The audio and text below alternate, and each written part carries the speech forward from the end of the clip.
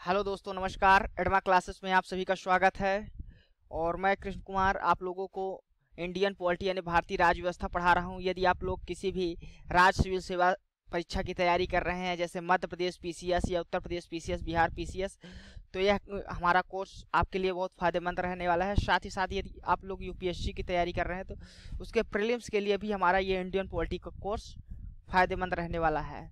तो यदि आप लोग सिविल सेवा के अभ्यर्थी हैं तो यह कोर्स जरूर देखें। इसमें मैं पिछले 18 लेक्चर बना चुका हूं, जिसमें मैंने हिस्टोरिकल बैकग्राउंड को कवर करते हुए इस समय मौलिक अधिकार पे चल रहा हूं। तो आइए देखते हैं आज हमको क्या पढ़ना है।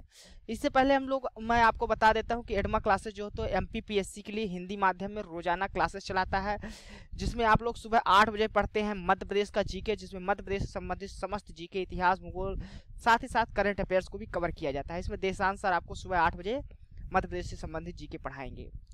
इसके अलावा आप सुबह 9 बजे कर सकते हैं भूगोल की क्लास, जो एमपीपीएससी के लिए या स्टेट सिविल सेवा के अभ्यर्थियों के लिए फायदेमंद रहने वाला है। तो ये कोर्स आप लोग जरूर करिए, भूगोल की क्लास। इसके हमारी 10 बजे क्लास चलती है राज्य व्यवस्था की, और एप्टीट्यूड की क्लास चलती है दोपहर में 3 बजे। तो ये सारी क्लासें आप लोग नोट कर लीजिए टाइम टेबल, और अपने उस टाइम टेबल के अनुसार अपने क्लास को जरूर करिए। आइए देखते हैं आज हम लोग क्या पढ़ेंगे। तो जैसा कि आप लोग जान रहे हैं, इस समय मौलिक अधिकार चल रहा है, और मौलिक अधिकारों मैंने समस्त कई सारे मौलिक अधिकार कवर कर लिए। अब ये हमारा सांस्कृतिक और शिक्षा संबंधी अधिकार है, जो आर्टिकल 29 और 30 में है, और इसके बाद संवैधानिक उपचारों का अधिकार पढ़ेंगे, यानी जो आर्टिकल 32 में है। तो आज ये दो चीज़ों को हम लोग कवर करने की कोशिश करेंगे। साथ ही साथ अंत में आपको एक एमसीक्यू भी कराया जाएगा कि हमने इससे कितना सीखा है। तो इसको आप लोग इस वीडियो को अंत तक जरूर देखिएगा, जो आपको फायदेमंद। एमसीक्यू देखने से क्या होता है कि जो हमने पढ़ा है उसका एक बार दिमाग में याद हो जाता है कि हमने कैसे क्वेश्चंस आएंगे एग्जाम में, वो भी हमको पता चल जाता है। तो जैसा कि हम लोग जानते हैं, जो हमारा मूल संविधान था उसमें 7 मूल अधिकार दिए हुए थे, जिसमें 44वें संविधान संशोधन अधिनियम 1976 के द्वारा इसको संपत्ति का जो अधिकार था उसको हटा दिया गया था। और अब वर्तमान में हमारे संविधान में कुल 6 मौलिक अधिकार बचे हुए हैं। तो वर्तमान में कितने मौलिक अधिकार है? 6। यदि एग्जाम में पूछ लिया जाता है मूल संविधान में, यदि प्रश्न में कहीं भी ऐसा कह दिया गया कि मूल संविधान में कितने मौलिक अधिकार थे, तो वो 7 रहेगा। और वर्तमान में कितने हैं? तो 6 मौलिक अधिकार है। कौन कौन से मौलिक अधिकार हैं उनका नाम भी आपको पता है। समता का अधिकार, स्वतंत्रता का अधिकार, शोषण के विरुद्ध अधिकार, धर्म की स्वतंत्रता का अधिकार, सांस्कृतिक शिक्षा का अधिकार, और संवैधानिक उपचारों का अधिकार। इसके साथ साथ आपको यह भी याद रखना होता है कि जो हमारे अधिकार हैं किस अनुच्छेद से किस अनुच्छेद के बीच रहते हैं। कि समता का अधिकार कहाँ तक है? अनुच्छेद 14 से 18 तक। स्वतंत्रता का अधिकार अनुच्छेद 19 से 22 तक है। शोषण के विरुद्ध अधिकार अनुच्छेद 23 से 24 में है। धर्म की स्वतंत्रता का अधिकार देखें तो अनुच्छेद 25 और 28 में है। सांस्कृतिक और शिक्षा का अधिकार देखें तो अनुच्छेद 29 और 30 में है, जो आज हम लोग पढ़ने वाले हैं। और साथ ही साथ हम लोग संवैधानिक उपचारों का भी अधिकार देखेंगे। तो हमने यह भी जानते हैं कि मौलिक अधिकार संविधान के हमारे भाग किस में है? 3 में है। भाग 3 में है मौलिक अधिकार, जो आर्टिकल 12 से लेके 35 तक है। तो हमने सभी आर्टिकल्स को प्रीवियस वीडियोज में कवर किया है, वो वीडियोज आप लोग देखना चाहें, क्योंकि राज्य की परिभाषा इसमें दी जाती है। फिर किस आधार पर कोई मौलिक अधिकार में संशोधन किया जा सकता है, किसको अवैध घोषित किया जाएगा, वो आर्टिकल 13 में हम लोग देखे थे। बाकी तो हम लोग डिटेल में पढ़ ही रहे हैं। आज जो हमें पढ़ना है वो सांस्कृतिक और शिक्षा का अधिकार है। तो उसको हम लोग देखते हैं कैसा है। ये आर्टिकल 29 का हम लोग सबसे पहले आर्टिकल 29 है, जो अल्पसंख्यक वर्गों के हितों का संरक्षण करता है। तो आर्टिकल किससे संबंधित है? आर्टिकल 29 अल्पसंख्यक वर्गों के हितों के संरक्षण से संबंधित। इस चीज को आप लोग याद रखिएगा। आर्टिकल 29 किससे संबंधित है, आर्टिकल 30 किससे संबंधित है। और आजकल अब आर्टिकल के अंदर की चीजें पूछ लिया जाता है अक्सर एग्जाम में, तो उसको भी कैसे करेंगे हम लोग देखते हैं। सबसे पहले 29 का जो हमारा सेक्शन 1 है वह क्या कह रहा है?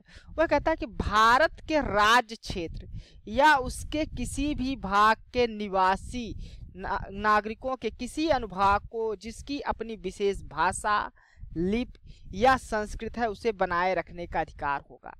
यानी हमारे जो भारतीय टेरिटरी है, भारत जो राज्य है, क्षेत्र है, तो जितने भी यहाँ जहाँ तक भारत का कानून जहाँ पर लागू होता है वो भारत के राज्य क्षेत्र के अंतर्गत जो भी निवासी नागरिक हैं, यहाँ नागरिकों की बात किया जाता है। इसीलिए मैं बार बार कहता हूँ कि आप लोग ये जरूर ध्यान रखिएगा कौन सा मौलिक अधिकार विदेशियों को मिला है, कौन सा नागरिकों को मिला हुआ है।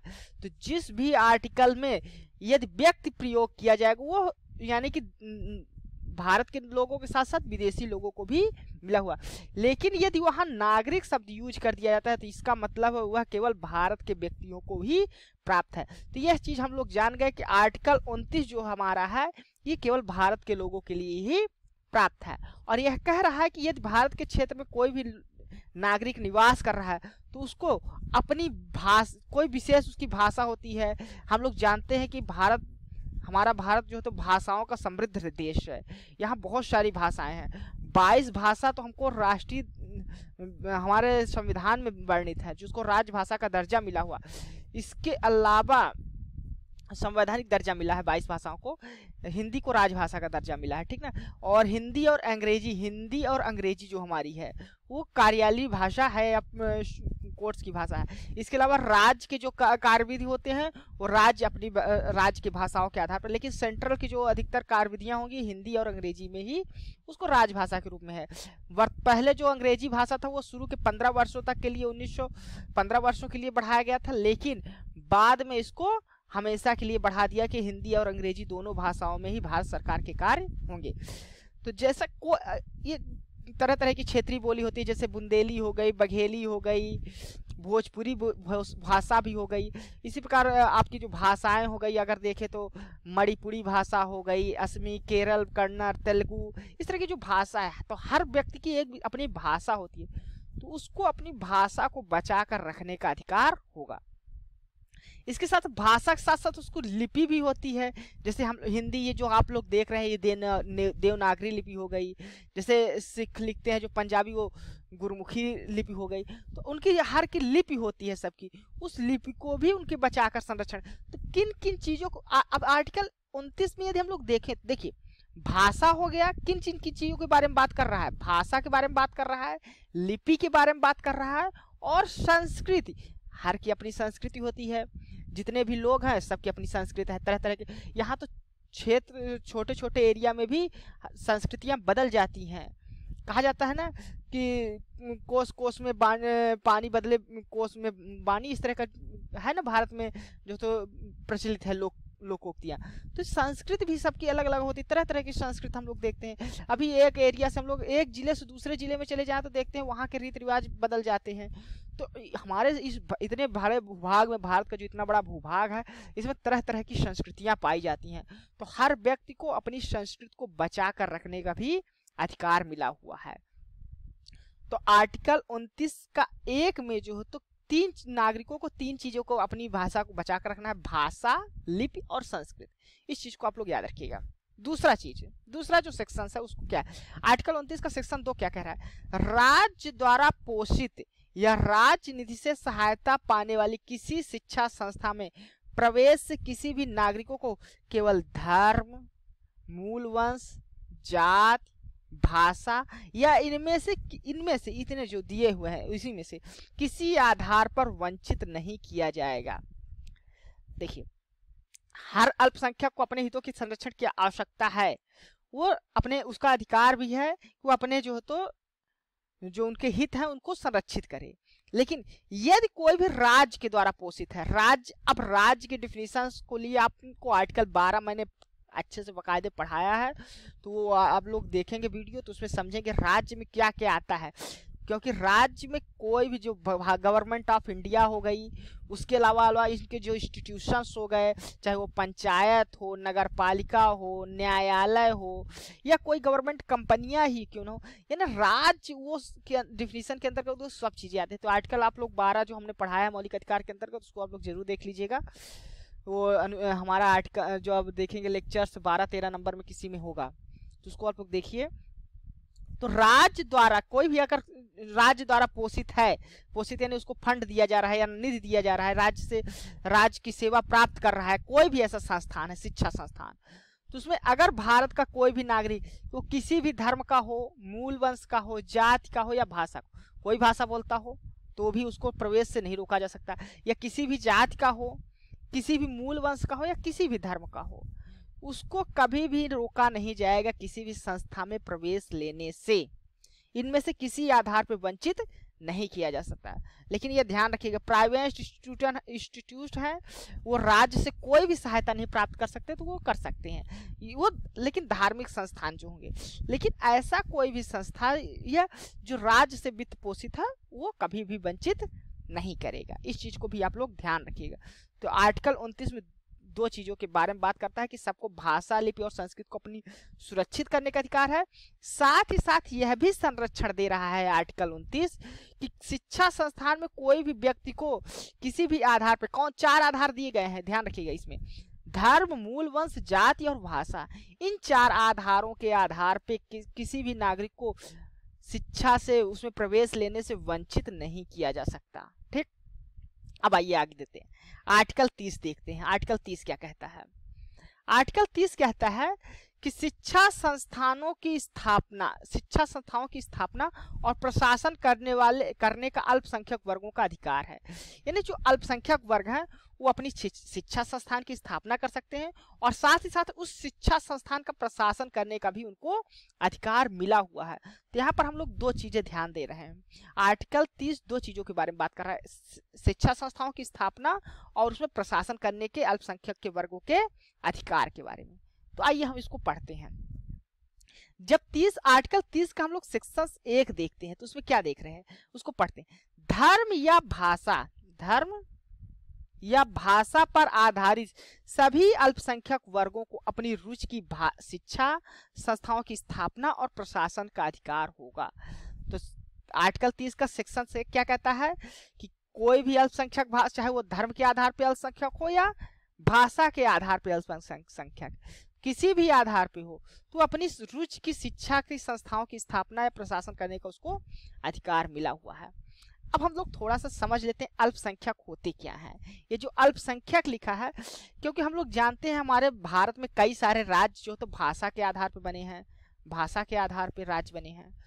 तो यदि उस राज्य में किसी विशेष भाषा या विशेष धर्म के लोग 50% से कम हैं तो उनको अल्पसंख्यक माना जा सकता है।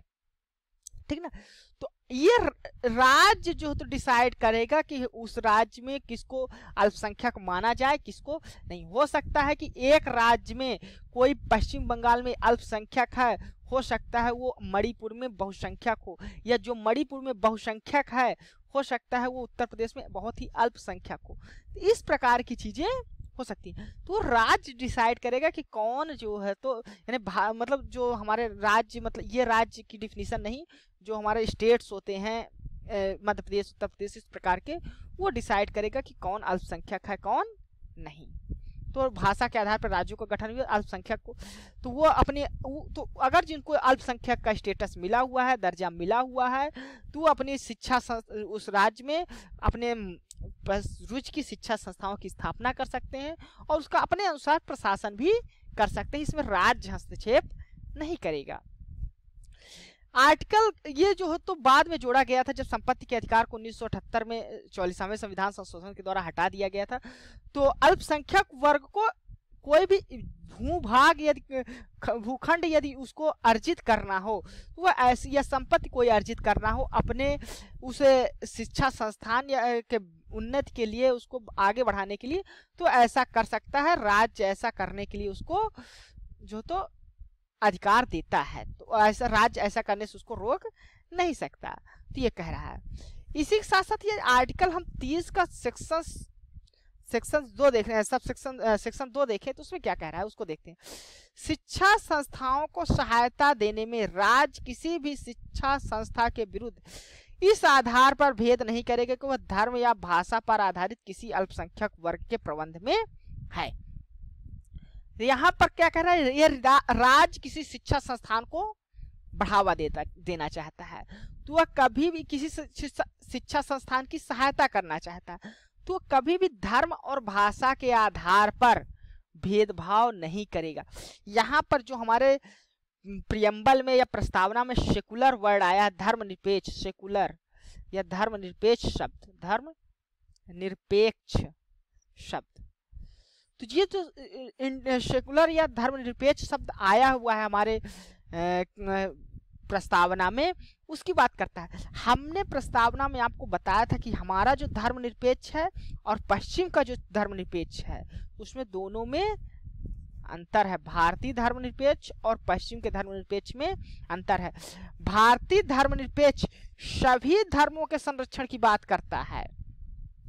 यहाँ धर्मनिरपेक्ष की भावना दिख रही है ना, तो भारतीय धर्मनिरपेक्ष सभी धर्मों की संरक्षण की बात करता है। तो ये हम लोग सकारात्मक धर्मनिरपेक्ष की बात कर सकते हैं। वहीं पश्चिम जो वर्ल्ड है, पश्चिमी दुनिया है, वो किसी भी धर्म को ना मानने से इनकार करता है। वो किसी भी धर्म की बात नहीं करता, वो धर्म विहीन की बात करता है, धर्म विहीन राज्य की बात करता है। लेकिन भारतीय जो सेकुलरिज्म है वो सभी धर्मों के पक्ष में बात करता है। तो ये ध्यान रखिएगा आप लोग इस चीज को भी। अब आते हैं हम लोग आर्टिकल 32 पे। आर्टिकल 32 को हमारे संविधान की आत्मा कहा गया है। क्या कहा गया है? आत्मा। तो ये ध्यान रखिएगा, भारतीय संविधान की आत्मा कहा गया है। क्यों कहा गया है उसको हम लोग इसमें जब पढ़ेंगे तो समझ जाएंगे। तो इस भाग द्वारा प्रदत्त अधिकारों को प्रवर्तित करने के लिए उपचार है, यानी जो हमारे भाग 3 में मौलिक अधिकार दे दिए गए हैं, इसका उल्लंघन ना हो, ये सही तरीके से लागू हो, इसको अधिकार करने संबंधी इसमें उपचार दिया गया है। इसीलिए इसी को आत्मा कहा जा रहा है, क्योंकि इसको संरक्षण देने का, जो हमारे मौलिक अधिकार उसको संरक्षण देने का काम यही आर्टिकल 32 करता है। तो आप लोग पढ़ते हैं इसका सेक्शन 1 क्या कह रहा है। इस भाग द्वारा प्रदत्त अधिकारों को प्रवर्तित कराने के लिए समुचित कार्यवाहियों द्वारा उच्चतम न्यायालय में शवावेदन करने का अधिकार प्रत्याभूत किया जाता है। यानी अगर हमारे जो अधिकार इस भाग में दिए हैं, भाग 3 में जितने भी अधिकार दिए हैं, चाहे वो समता का अधिकार हो, स्वतंत्रता का अधिकार हो, शोषण के विरुद्ध अधिकार हो, धार्मिक शिक्षा का अधिकार हो, या जितने भी अभी हम लोग पढ़े हैं, उनमें से किसी भी अधिकार के आपका यदि शोषण हनन होता है, यदि नहीं दिया जाता, तो इसके लिए आप लोग सीधे उच्चतम न्यायालय जा सकते हैं। सोच लीजिए कितनी ज्यादा पावर दी है। उच्चतम न्यायालय डायरेक्ट मौलिक अधिकारों के उल्लंघन होने पर व्यक्ति उच्चतम न्यायालय में डायरेक्ट जा सकता है। दूसरा है सेक्शन 2 क्या कह रहा है। इस भाग के द्वारा प्रदत्त अधिकारों में किसी प्रवर्तित व्यक्ति के लिए उच्चतम न्यायालय में ऐसे निर्देश या आदेश या रिट जिनके अंतर्गत बंदी, प्रत्यक्षीकरण, परमादेश, प्रतिषेध, अधिकार परीक्षा, उत्प्रेषण रिट है, जो भी समुचित हो निकालने की शक्ति होगी। यानी रिट जारी करने की शक्ति आर्टिकल 32 में ही है। ध्यान रखिए, कई बार क्वेश्चन पूछा जाता है कि जो रिट जारी करने की शक्ति है वो किसके पास है? उच्चतम न्यायालय के पास है, आर्टिकल 32 में। इसके साथ साथ जो हमारे मतलब उच्चतम यहाँ सर्वोच्च न्यायालय, और उच्च न्यायालय जो हमारे राज्यों में होते हैं, आर्टिकल 226 के तहत उनको रिट जारी करने का भी अधिकार दिया हुआ है। तो आर्टिकल 226 में उच्च न्यायालयों को और उच्चतम न्यायालय को आर्टिकल 32 या सर्वोच्च न्यायालय को आर्टिकल 32, सुप्रीम कोर्ट जिसको बोलते हैं, ठीक ना। तो आर्टिकल 32 में सुप्रीम कोर्ट को, हाई कोर्ट को जो है तो आर्टिकल 226 में रिट जारी करने का अधिकार है। ये काफी बार क्वेश्चन पूछा जाता है, तो इसलिए ध्यान रखिएगा। तो हमारे मौलिक अधिकारों का संरक्षण कौन है? उच्चतम न्यायालय है। रिट जारी करने का अधिकार उच्चतम न्यायालय और उच्च न्यायालय को। आर्टिकल 32 में उच्चतम न्यायालय, आर्टिकल 226 में उच्च न्यायालय को। 5 प्रकार के रिट यहाँ पर दिए हुए हैं, ये ध्यान रखिएगा। और क्रम भी इनका पूछ लिया जाता है, कभी कभी क्रोनोलॉजी क्रम में सजाने के लिए भी पूछ लिया जाता है। तो पहला है बंदी प्रत्यक्षीकरण, दूसरा है परमादेश, तीसरा है प्रतिषेध, चौथा है अधिकार परीक्षा और 5वां है उत्प्रेषण। ये 5 प्रकार के रिट, इनका नाम आप लोग याद रखिएगा और क्रम से याद रखिएगा। 5 प्रकार के रिट जो है तो उच्चतम न्यायालय और उच्च न्यायालय जारी करते हैं। ये क्या होते हैं अगली स्लाइड में हम लोग उसको समझेंगे। पहले इसका हम लोग सेक्शन 3 देख लेते हैं। सेक्शन 3 क्या कह रहा है? उच्चतम न्यायालय को खंड 1, जो ये हमारा सेक्शन 1 था, और खंड 2 द्वारा प्रदत्त शक्तियों पर प्रतिकूल प्रभाव डाले बिना संसद उच्चतम न्यायालय द्वारा खंड 2 के अधीन प्रयुक्त किन्हीं या किन्हीं शक्तियों को अन्य न्यायालय को अधिकारित स्थानीय सीमाओं के भीतर प्रयोग करने की विधि द्वारा सख्त कर सकते। यानी संसद जो हमारी पार्लियामेंट है वो इन दोनों को किसी जो प्रावधान दिए गए हैं इसमें कोई प्रतिकूल प्रभाव डाले बिना क्या कर सकती है कि कोई भी विधि बना सकती है, न्याय कानून बना सकती है, जिसके द्वारा स्थानीय जो ये स्थानीय सीमाओं के भीतर जो अन्य न्यायालय है भारत में, उनको भी जो तो अधिकार मिल जाता है न्याय करने का या उनसे संबंधित सुनवाई करने का अधिकार संसद बना सकती है अन्य न्यायालयों के लिए, ध्यान रखिएगा। और चौथा क्या कह रहा है, सेक्शन 4, इस संविधान द्वारा अन्यथा उपबंध, अगर अन्यथा शब्द नहीं हुआ, इस अनुच्छेद द्वारा प्रतिभूत अधिकार लंबित नहीं किया जाएगा। कोई अन्यथा जो शब्द यूज कर न किया गया हो तो कोई भी जो अधिकार हो वो निलंबित नहीं किया जाता। लेकिन कई सारे देखते हैं कि वहाँ अन्यथा शब्द यूज हुआ है, हमने अभी पिछले जो लेक्चर्स लिए हैं उसमें आप लोग देखिए कि कई जगह अन्यथा वर्ड यूज हुआ है। तो अगर ये वर्ड यूज हुआ है तो वो अधिकारों को आपको निलंबित किया जा सकता है। कुछ परिस्थितियां होती हैं कि ऐसा नहीं है कि मूल अधिकारों को निलंबित किया जा सकता है, लेकिन वो कंडीशंस होती हैं, उसी जैसे आपातकाल हो गया, इस कंडीशंस में ही निलंबित किए जा सकते हैं।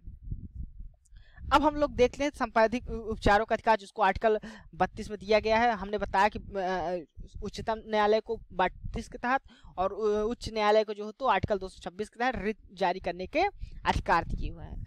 अब हम लोग देखते हैं बंदी प्रत्यक्षीकरण। सबका पहले अर्थ, आप लोग सबका अर्थ जानना भी जरूरी है, एग्जाम में डायरेक्ट पूछ लिया जाता है। बंदी प्रत्यक्षीकरण मतलब क्या होता है, परमादेश का मतलब क्या होता है, प्रतिषेध का मतलब क्या होता है, उत्प्रेषण का क्या मतलब होता है, या अधिकार प्रत्याहार। तो बंदी प्रत्यक्षीकरण मतलब होता है शरीर को प्रस्तुत किया जाए, जो बंदी बनाया गया है उसको प्रस्तुत करने के लिए बंदी प्रत्यक्षीकरण, तो शरीर को प्रस्तुत किया जाए। परमादेश आदेश, ध्यान दे, तो उसका मतलब हम आदेश देते हैं। प्रतिषेध मतलब होता है रोकना। उत्प्रेषण मतलब प्रमाणित होना या सूचना देना होता है। और अधिकार परीक्षा मतलब होता है प्राधिकृत या वारंट के द्वारा। अब आइए हम लोग देखते हैं कि बंदी प्रत्यक्षीकरण जो होता है वो किसके लिए जारी किया जाता है, इस चीज को भी जानना जरूरी है। बंदी प्रत्यक्षीकरण जो होता है वो न्यायालय के द्वारा जारी किया जाता है। यदि किसी व्यक्ति को हिरासत में लिया गया है तो हिरासत में लिए हुए व्यक्ति को यदि वो वैध तरीके से अभी वैध प्रमाणित नहीं हुआ है तो उसको न्यायालय में प्रस्तुत करने संबंधित जो तो आदेश जारी करता है न्यायालय। कई स्थितियां ऐसी होती है जब ये जो तो न्यायालय, उच्चतम न्यायालय या उच्च न्यायालय इस रिट को नहीं जारी कर सकते, वो कंडीशंस भी आपको ध्यान रहनी चाहिए। तो आइए हम लोग उसको जानते हैं कि बंदी प्रत्यक्षीकरण कब कब न्यायालय या रिट जारी नहीं कर सकता। यदि कोई व्यक्ति हिरासत में लिया गया है और वो कानून सम्मत है, कानून के अनुसार है, सम्मत है, तो उसको जो है तो रिट नहीं जारी कर सकता उच्च न्यायालय। साथ ही साथ यदि कार्यवाही किसी विधानमंडल या न्यायालय की अवमानना के तहत हुई है, यदि कोई विधानमंडल या न्यायालय की अवमानना हुई है तो उस वक्त भी यह जो तो बंदी प्रत्यक्षीकरण रिट जारी नहीं होता। यह न्यायालय के द्वारा हिरासत किया गया हो, न्यायालय ने हिरासत में लिया हो, या हिरासत न्यायालय के न्याय क्षेत्र से बाहर हुई हो, तो भी यदि कोई भी न्यायालय के न्याय क्षेत्र से बाहर है हिरासत, तो भी उसके लिए न्यायालय जो है तो कोई भी, चाहे उच्च न्यायालय हो चाहे सर्वोच्च न्यायालय, ये रिट जारी नहीं कर सकते। उसी प्रकार परमादेश किसके लिए जारी किया जाता है, ये सार्वजनिक अधिकारियों को जारी किया जाता है। किसको जारी किया जाता है, सार्वजनिक अधिकारियों को जारी किया जाता है। और साथ ही साथ इसमें पूछा जाता है कोई भी कार्य यदि नहीं हुआ है या कार्य समय पर नहीं हुआ तो उस कार्य के लिए किसको किसको जारी किया जा सकता है। कोई भी सार्वजनिक इकाई है, चाहे नगर निगम हो, निगम कोई भी हो, या अधीनस्थ न्यायालय है, या कोई सरकार है, चाहे राज्य सरकार हो, केंद्र सरकार हो, यदि वो कोई भी कार्य ना कर रहे हैं, कोई कार्य समय पर नहीं किए हैं और या नकार देते हैं उसको कार्य करने से, तो उसके लिए भी आदेश जारी कर सकता है, रिट जारी किया जा सकता है। प्रतिषेध, अब परमादेश भी ऐसा है कि कुछ जो है तो स्थितियों में नहीं जारी किया जा सकता। वो कौन कौन सी परिस्थितियां हैं उसको भी देख लेते हैं। पहला नंबर है कि कोई भी गैर संवैधानिक कोई भी विभाग है जो गैर संवैधानिक है, यानी संविधान के तहत स्थापित नहीं है, उसको जो तो परमादेश नहीं जारी किया जा सकता। साथ ही साथ यदि कर्तव्य कोई कार्य विवेकानुसार किया गया हो, यदि ऐसा जैसे राष्ट्रपति कई कार्य विवेकानुसार करते हैं, तो यदि उसका कार्य विवेकानुसार, वो स्वेच्छा पर गवर्नर कई कार्य विवेकानुसार करते हैं, तो यदि ऐसा कार्य है जो विवेकानुसार कार्य करने के लिए आज़ादी है, तो ऐसे कार्यों के लिए भी जो तो रिट नहीं जारी किया जा सकता।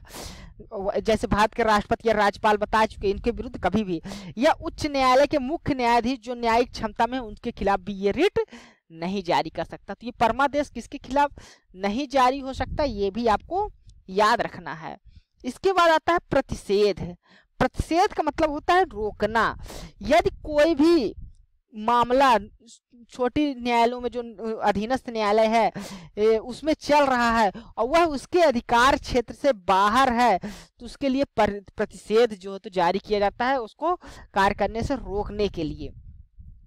इसी प्रकार होता है उत्प्रेषण। उत्प्रेषण यानी प्रमाणित या सूचना देना, ये भी अधीनस्थ न्यायालय को ही जारी किया जाता है।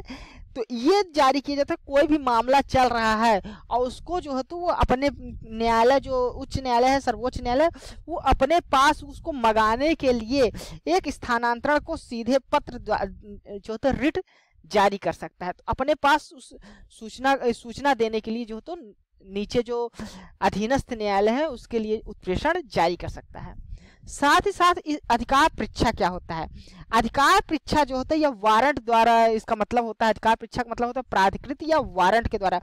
ये किसी व्यक्ति द्वारा सार्वजनिक कार्यालय में, यदि वह अपना कोई सार्वजनिक कार्यालय है और वह व्यक्ति उसमें अपना दावा कर रहा है कि मैं इस कार्यालय का पदाधिकारी होने का दावा करता हूं या इसका अधिकारी होता हूं, तो उस व्यक्ति को कार्यालय में यदि वह अवैध रूप से उस पे अपना दावा कर रहा है, तो उसके लिए भी वह रिट जारी कर सकता है। कौन? उच्च न्यायालय या उच्चतम न्यायालय या सर्वोच्च न्यायालय, ठीक ना, या उच्चतम सर्वोच्च न्यायालय या उच्च न्यायालय जो हमारे होते हैं, ये रिट जारी कर सकता है और उनसे पूछ सकता है कि सवाल कर सकता है कि आपने किस आधार पे इस पर अपना अधिकार बताया है। तो ये अधिकार परीक्षा होगा। तो बंदी प्रत्यक्षीकरण मतलब इनका सबका ध्यान रखिएगा, और किसको जारी किया जाता है ये भी आपको याद रखना है। और ये बताएं है कि बंदी प्रत्यक्षीकरण कब कब नहीं जारी किया जा सकता, परमादेश कब कब नहीं जारी किया जा सकता, इन सब चीजों को भी आपको याद में रखना है।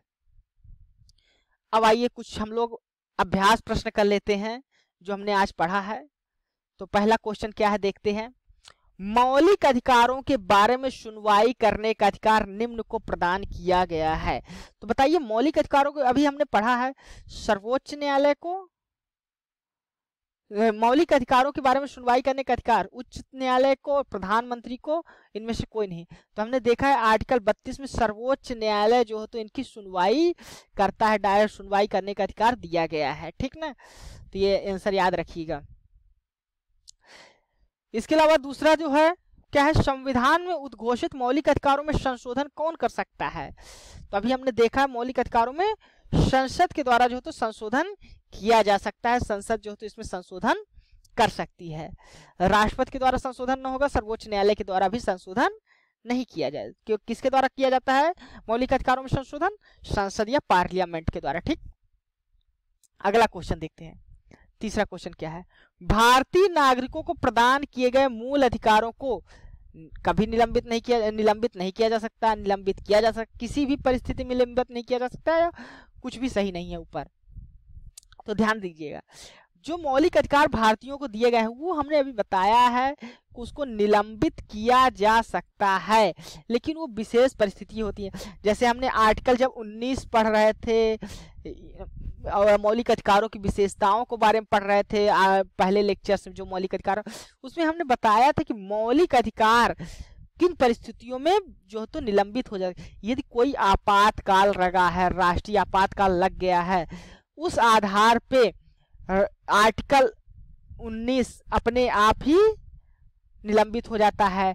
आर्टिकल 20-21 किसी भी परिस्थिति में निलंबित नहीं होता। बाकी आर्टिकल्स को निलंबित करने का अधिकार राष्ट्रपति के पास होता है, यह ध्यान रखिएगा। राष्ट्रपति जो है तो यदि राष्ट्रपति को लगता है कोई भी मौलिक अधिकार को निलंबित करना है तो राष्ट्रपति कर सकता है। केवल 20 और 21 आर्टिकल हमारे निलंबित नहीं होते, तो निलंबित किया जा सकता है मूल अधिकारों को, ठीक। निम्नलिखित में से कौन से मामले उच्च न्यायालय और उच्चतम न्यायालय की अधिकारिता में आते हैं? तो हमने केंद्र राज्य के संबंध, ये केवल उच्चतम न्यायालय के संबंध में आता है। राज्यों के परस्पर विवाद भी उच्चतम न्यायालय के, संवैधानिक उल्लंघन संरक्षण भी उच्चतम। मूल अधिकार का जो प्रवर्तन का है वो उच्च न्यायालय और उच्चतम न्यायालय की अधिकारिता में आते हैं। तो इसका करेक्ट आंसर क्या होगा? ऑप्शन सी, मूल अधिकार का प्रवर्तन। ठीक, अब देखते हैं, भारतीय संविधान में प्रदत्त मूल अधिकारों को निलंबित करने वाली संस्था है। तो मूल अधिकार को कौन निलंबित कर सकता है? अभी हमने 2 क्वेश्चन पहले ही देखा था, क्या सर्वोच्च न्यायालय, संसद, प्रधानमंत्री या राष्ट्रपति, कौन निलंबित कर सकता है? तो हमने बताया राष्ट्रपति को ही मूल अधिकारों को निलंबित करने का अधिकार है, वो भी आपातकाल के समय। आर्टिकल 19 स्वयं निलंबित हो जाता है, आर्टिकल अन्य 20-21 कभी भी निलंबित नहीं होता, और अन्य आर्टिकल जो है तो राष्ट्रपति अपनी स्वेच्छा के अनुसार, विवेकानुसार यदि उसको लगता है कि इसको निलंबित करना चाहिए तो निलंबित करता है। तो धन्यवाद हमारा वीडियो देखने के लिए। यदि आपको हमारा वीडियो अच्छा लगा है, ये आपके लिए हेल्पफुल रहा है, तो आप इसको लाइक जरूर कर दीजिए, इस चैनल को सब्सक्राइब कर लीजिए और बेल आइकन को भी दबा दीजिए, ताकि हमारी जैसी ही अगली क्लास आए वो आपका नोटिफिकेशन मिल जाए। इस चैनल को सब्सक्राइब कर लीजिए, क्योंकि इसमें जो है तो MPPSC या अन्य जो स्टेट की सिविल सर्विसेज के एग्जाम्स होते हैं उसकी एक अच्छा मटेरियल आपको मैं प्रोवाइड कर रहा हूं, और एडमा क्लासेस भी उसको प्रोवाइड कराता है। इसलिए आपको इसके साथ यदि आप हमारे सोशल मीडिया ग्रुप से जुड़ना चाहते हैं तो वो भी जुड़ सकते हैं, इंस्टाग्राम, टेलीग्राम, फेसबुक से। टेलीग्राम ग्रुप को आप लोग जरूर ज्वाइन कर लीजिएगा, जिसका लिंक जो है तो नीचे दिया है डिस्क्रिप्शन बॉक्स में। उसमें आप लोग को इस लेक्चर्स की PDF मिलेगी, और साथ ही साथ वहाँ डेली MCQ भी कराया जाता है। तो डेली MCQ करने से आपकी प्रारंभिक परीक्षा की अच्छी तैयारी हो जाती है, साथ ही साथ रिवीजन होता रहता है। तो वहाँ पर डेली MCQ बनते हैं, अच्छे MCQ आते हैं, तो उसको आप लोग जरूर हल करने की कोशिश करिए। धन्यवाद।